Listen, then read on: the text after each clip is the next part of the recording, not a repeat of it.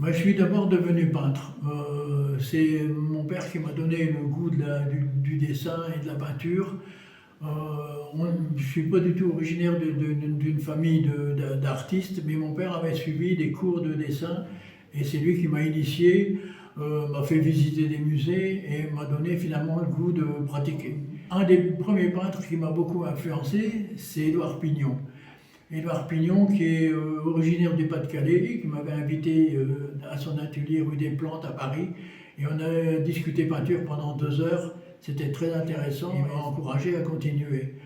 Après, la gravure est venue un petit peu après, parce que là, c'est une technique qui est très exigeante. Il faut réussir toutes les étapes avant d'arriver au résultat final. Et ça, c'était très, très intéressant. Pour moi, c'était très gratifiant de réussir chaque étape et d'avancer dans le processus de gravure et de l'estampe. Par exemple, j'ai découvert Suzanne Rothenberg, qui est une artiste américaine qui habitait le Nouveau-Mexique, et j'ai découvert la FIAC, une FIAC de Paris. Et c'était vraiment une façon de travailler qui me plaisait bien et j'ai été fort influencé par sa pratique. Après, il y avait Baselitz, Georges Baselitz, qui est sa gestuelle qui me plaisait beaucoup. Après, j'ai un peintre italien que j'ai découvert plutôt récemment, c'est Mimo Palladino, et qui est du sud de l'Italie et qui fait des choses extrêmement fortes. Il y en a un aussi qui m'a influencé, c'est Dilas, François Dilas, qui est breton.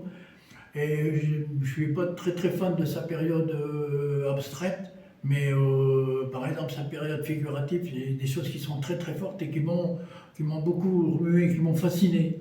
C'est des peintres qui ont exercé une certaine fascination sur moi et qui ne sont pas les plus connus, mais que j'ai pu découvrir au hasard des expositions que j'ai pu faire et qui m'ont vraiment influencé sur le travail.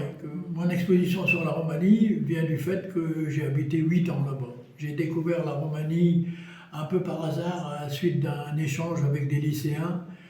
Et ça a été un choc émotionnel dès le passage de la frontière.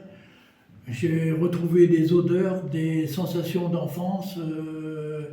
Et donc vraiment, c'était une découverte qui a été très émouvante. Et on est resté 8 ans. Donc avec des rencontres d'artistes, avec des rencontres des gens, et puis explorer les chemins les plus secrets, et puis les moins connus du grand public.